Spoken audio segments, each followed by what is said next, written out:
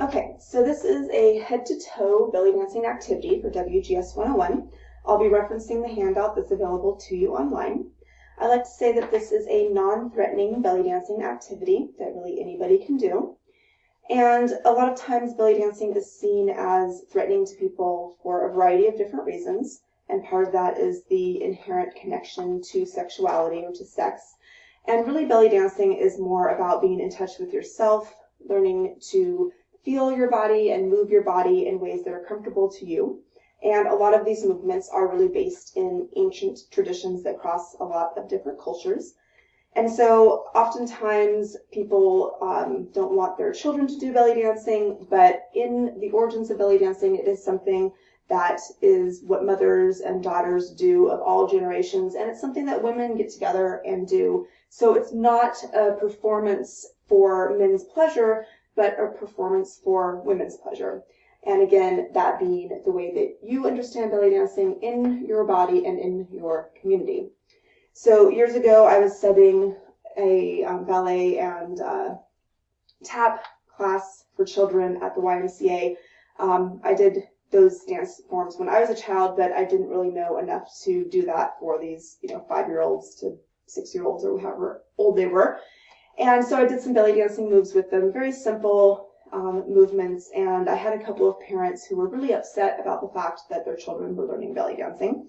And it was actually a pretty sad and tragic day for me because it was really based in a fear and misunderstanding of belly dancing.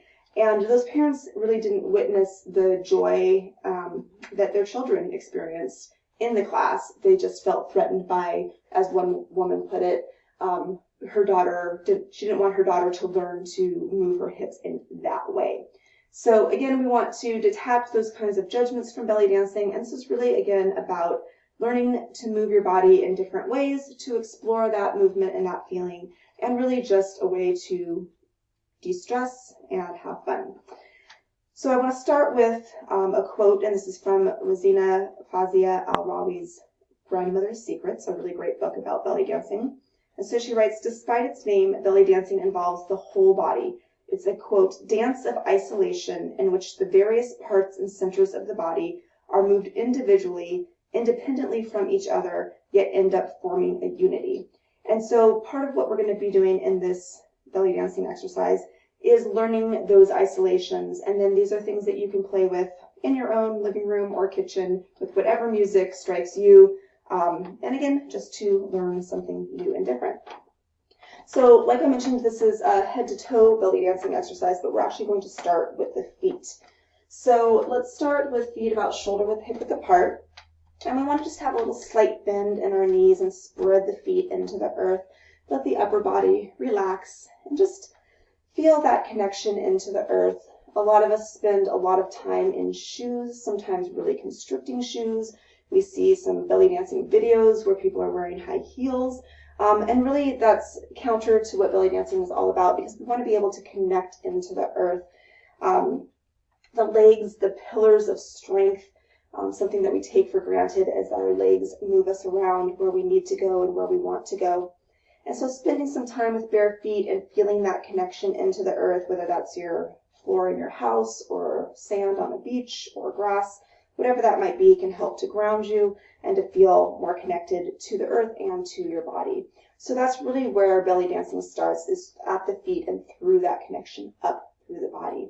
So again, spreading the feet, sinking in a little bit, knees slightly bent, and again, just like relaxing the shoulders down. And let's just take a couple of deep breaths here. And again, just letting that breath relax. And then as we start to move, we're just going to bend one knee and then the other knee. Nice little gentle knee bends, straightening one, bending the other. And we'll notice that that starts to connect into the hips here. So again, that is one of the bases of belly dancing, are those little knee bends. And we might start to exaggerate that a little bit, feeling some stretch through the hips. Again, with that nice little side to side movement. So a lot of movements that we'll be doing in the hips will be, again, connected into the lower body. And sometimes the feet stay flat on the earth, And sometimes we'll come just to the ball of the foot. So just bringing one ball of the foot to the floor, just feeling that connection through the ball of the foot. And bringing that other ball of the foot to the floor, again, feeling that connection. And again, just a few more of those little knee bends. So in the legs and in the feet, we have agility and mobility, again, that connection to the earth. And to quote from the book, your legs are the pillars that support your body and take you where your mind desires. Play with your feet. Walk barefoot and awaken your whole body. So again, we find that connection through the feet all the way up through the body. So we're going to shift from the legs and feet up to the head, the eyes, the ears, the nose. Here we find awareness, the art of seeing. We find balance and energy. And so we want to again let the shoulders relax down and back.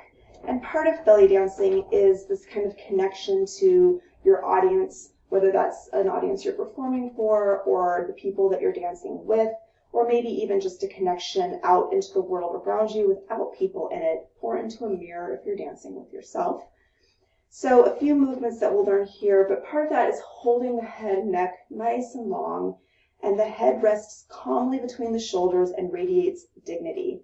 The ears are the gateways to the soul. With movement, awareness of the self grows. So, I'm not playing music right now, but we can think about the connection to the ears in terms of hearing the music and moving to the music when you practice that for yourself. And we might start by just turning the head a little bit side to side. And again, we want to keep breathing throughout these exercises.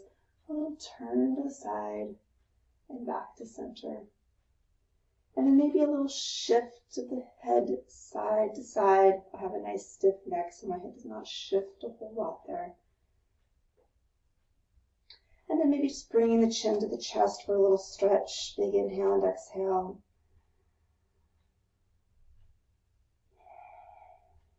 And then looking up to the sky, stretching the front of the neck. And then back to the center. And we might just move the head nice and easy, little figure eights. So just drawing that figure eight, side to side, dipping one ear and then the other ear. Again, just breathing.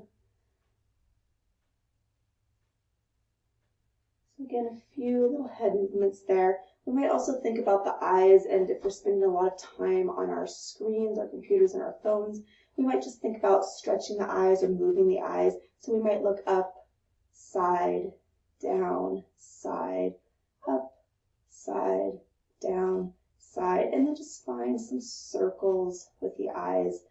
Very subtle, not easy movements, especially as our eyes get trained to just focus in on one thing in front of us.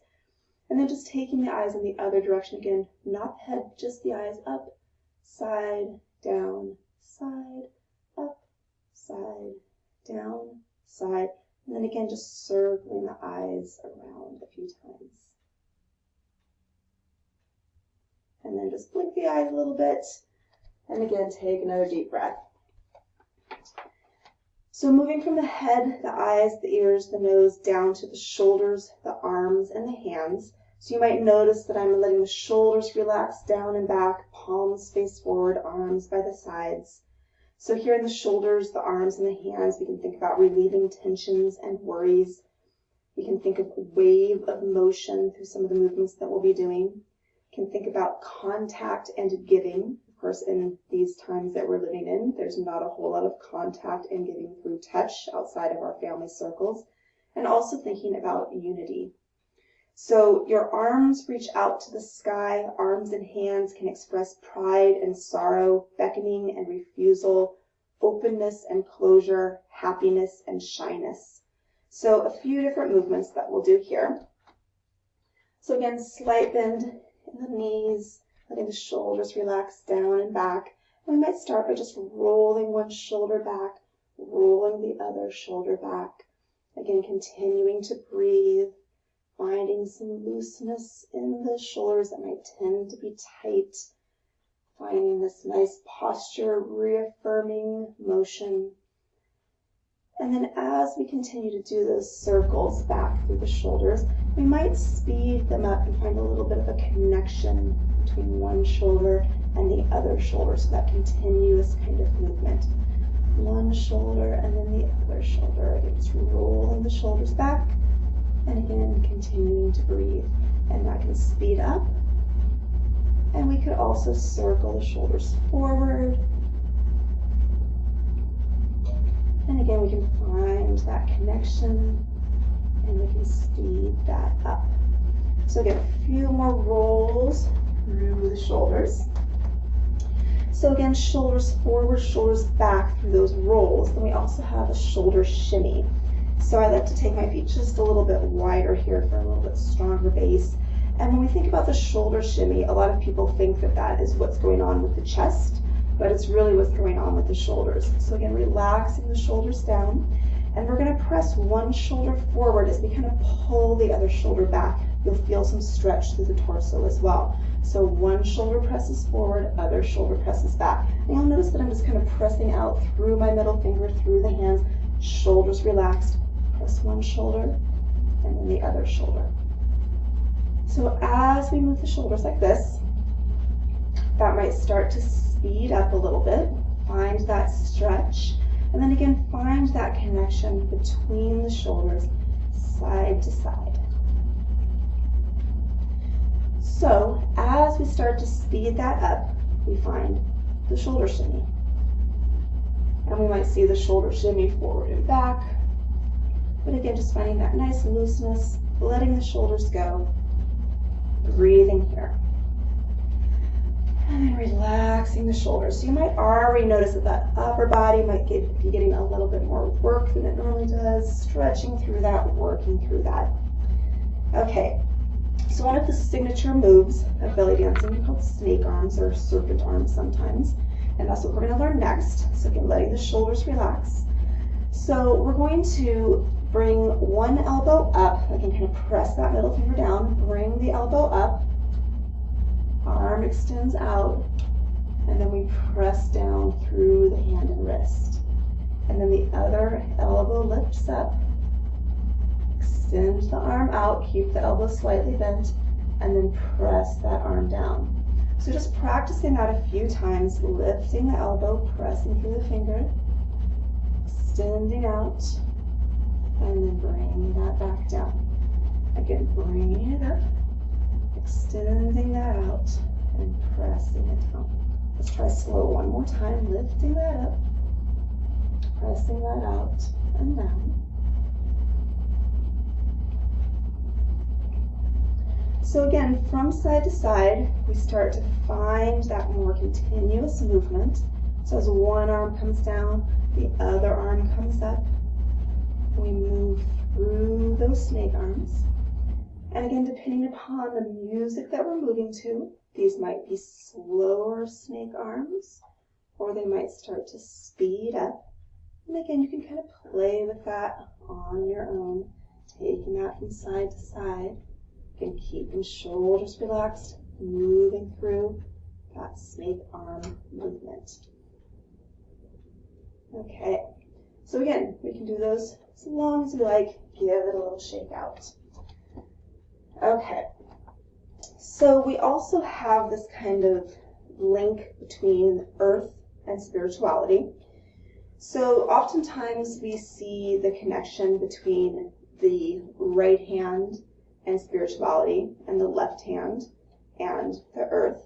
We also see associations with the right hand to masculinity and the left hand to femininity. And I'm probably flipped here for you, so figure out your right and left. So we can do a move where we press the left hand down and the right hand up. And a lot of movements are done with the hands like this. But I like to switch that gender binary and press the right hand down and the left hand up. So as we do this, we can just move through that motion. And you can't really see my hands, so if I kind of bend down, you can see I'm kind of pushing up, pushing down.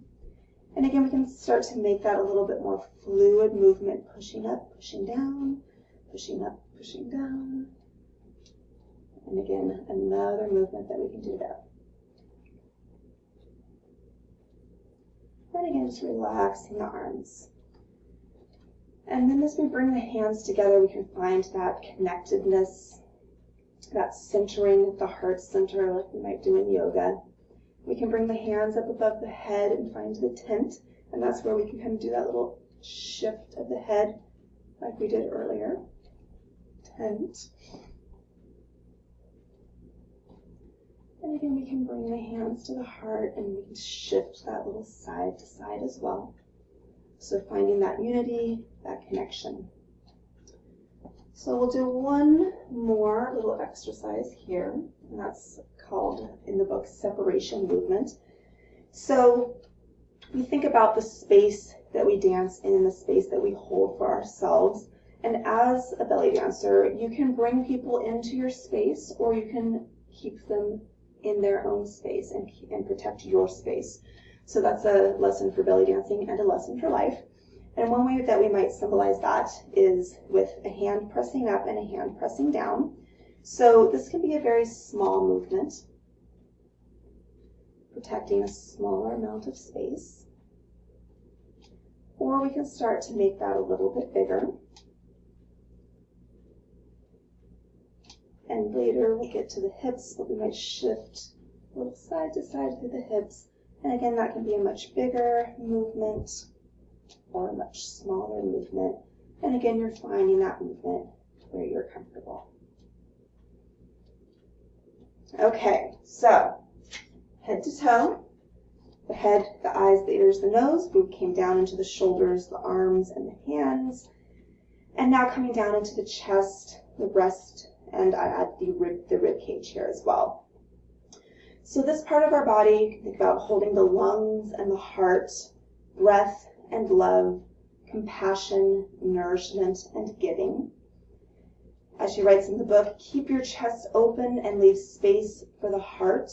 Awaken the body's intelligence. And I also like to think about this as love for ourselves and love for others as well. So the more open our heart is, the more we can have unconditional love. Again, unconditional love for ourselves, for others, for the whole world, for all the world's beings, whatever that love looks like for you.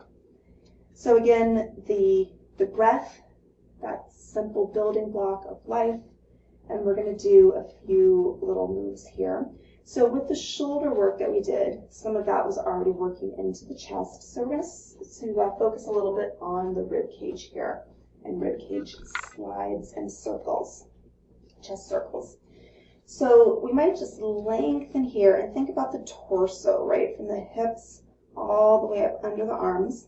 And that's the space that we're working with. And maybe just find the rib cage. Where does the rib cage lie? Again, slight bend in the legs.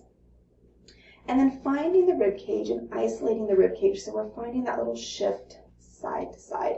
Again, let the shoulders relax, holding the hands as you like, and shifting that rib cage side to side. This is not an easy movement for most of us because we really don't move our rib cage like this naturally. So again, that little shift side to side, and we keep breathing here. So it's like we're sliding, like if we're up against that wall behind us, we're sliding along the wall. So as we find that rib cage movement, that can be one of the movements that we do in belly dancing. We can always add different arm movements there. But one of the more complicated movements are chest circles. So we found that rib cage shift. Now we're going to again let the shoulders relax, and we're going to find the parts, the isolations of those chest circles. So we're going to start by squeezing the shoulder blades, lifting the chest, dropping the shoulders back. So we lift and we drop. We lift and we drop. Extend and contract. Lengthen, shorten. Lift, drop. Lift, drop. Lift, drop, lift, and drop. Okay, so we had found that ribcage slide. We were just doing a lift, drop in the center. We might lift to the side and drop. Lift to the side and drop. Lift, drop, lift, drop, lift, drop, lift, So here I'm just going to turn to the side, and we're noticing that that's a forward and back movement that we're doing. Lift, drop. I'm exaggerating a little bit into the pull back. Lift, drop. Lift, drop, or push, pull back, push, pull back. So subtle difference there. And again, the side and the side are still working forward and back. So now we're going to find that shift somewhat through the rib cage, but more through the chest and the shoulders. So we're going to shift side and side. So again, we're finding that in the rib cage, but think about what the chest is doing here. It's sliding and sliding, slide and slide. Okay. So finding that circle, we're going to think about the center of the body, like a pole down the spine. We're going to lift, slide, pull back, slide. Lift, slide, pull back, slide. Lift, slide, pull back, slide.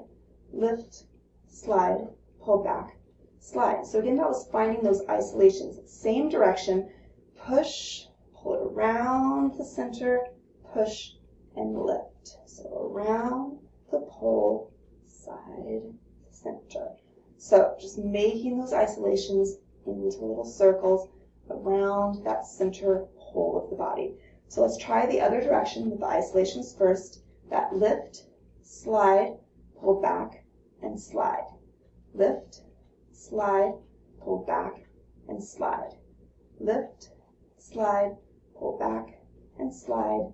Lift, slide, pull back, and slide. And again, circle around. Side, lift, side, pull back. Side, lift, side, pull back. And those can get much faster. Again, trying to isolate the chest. And again, practicing those circles in both directions. Okay, we can do one more circle here, actually. So we were circling around that center part of the body. We might also think about circling around, like around the clock face. So here we might shift, lift, shift, and drop.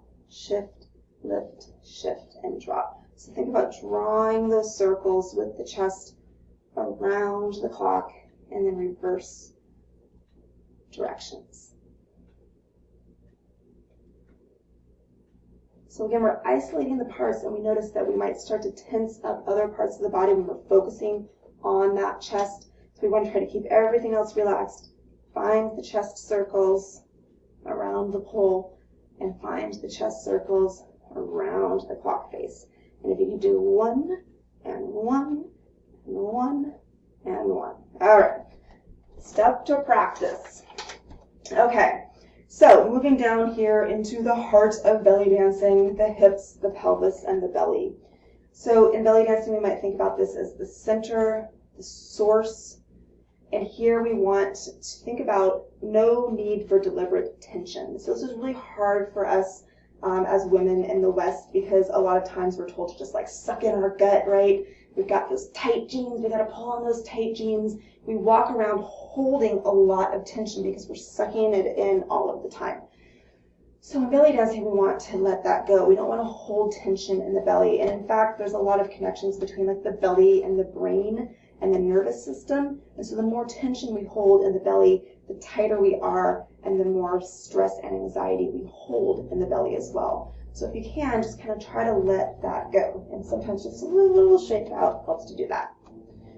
So the hips, the pelvis, the belly, also thinking about that it as the source of creativity and creation, not necessarily the creation of new life in terms of having children, but the creation of new life in terms of birthing ideas as well. So she writes in the book, let all the tensions, the laws, and the disciplining, whether imposed by the outside or by yourself, flow out, and let yourself be swept away in the intense moment of dancing. So again, belly dancing, we want to let go and play. So we're going to start to do that. Okay, so I mentioned before the ball of the foot and the roll of the ball of the foot. So let's just bring one ball of the foot here. So when we were doing those little knee bends, hips side to side, we actually might start there before we bring the ball of the foot to the floor. So again, just that little shift side to side. And again, maybe practicing our snake arms with a little side to side with knee bends. Okay, so slight bend always in that supporting leg, ball of the foot to the floor. So here we've got a basis for a hip lift and drop. So again, shoulders relaxed down. We're going to press up off of the ball of the foot, lift the hip, and then we're going to drop it kind of like we're sitting down into a chair. So we lift, drop, lift, drop, lift, drop, lift, drop, lift and drop, lift and drop, lift and drop, lift and drop. Again, slow isolations, or pick it up and speed it up. So let's just try that same thing on the other side. Ball of the foot, knees slightly bent, shoulders relaxed, squeeze it up, lift, drop it down. So both knees bend, so that supporting leg bends. Lift, drop, sharp movement, lift, drop, lift, drop, lift, drop, lift, drop, lift, drop, lift, drop, lift, drop, lift, drop, lift, drop, lift, drop, lift, drop, lift, drop. Okay, so again, that basic hip lift and drop. Let's go back to those little knee bends. And again, that shift of the hips. So we did the shoulder shimmy, the little presses here that sped up into the shimmy. Same thing with the legs and the hips. So those little knee bends, shift and push, and then loosening that up, speeding up the knee bends, and finding that little shimmy. So it can be here, and then we can kind of let that go, and we can just let that all shake. No control here, and we can keep that shake going, and we can add, again, any arm movements if like, through that little shake and shimmy. So this is a nice one when you just want to kind of let go, relieve some tension, and find that little shimmy. Okay, so maybe a little bit wider here. Thinking about, again, the forward and back movement, and think about pushing one hip forward as the other hip comes back. Knees slightly bent, hip forward, hip back, hip forward, hip back, forward, back. So trying to keep that upper body where it is, find that twist through the lower body. Maybe adding shoulders to that, or keeping that isolated, and again, pushing hip forward, hip back.